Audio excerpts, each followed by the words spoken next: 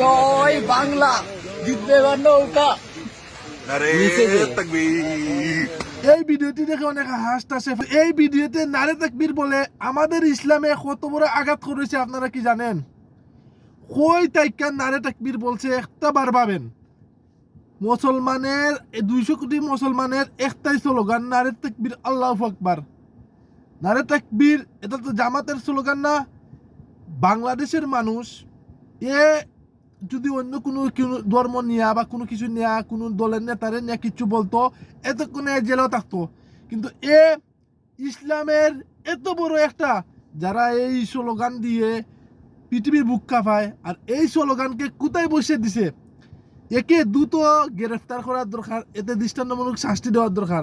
আপনারা এই ভিডিওটি শেয়ার হাহারিয়ত বা কষ্ট দিয়ে দিলে কাম হবে না।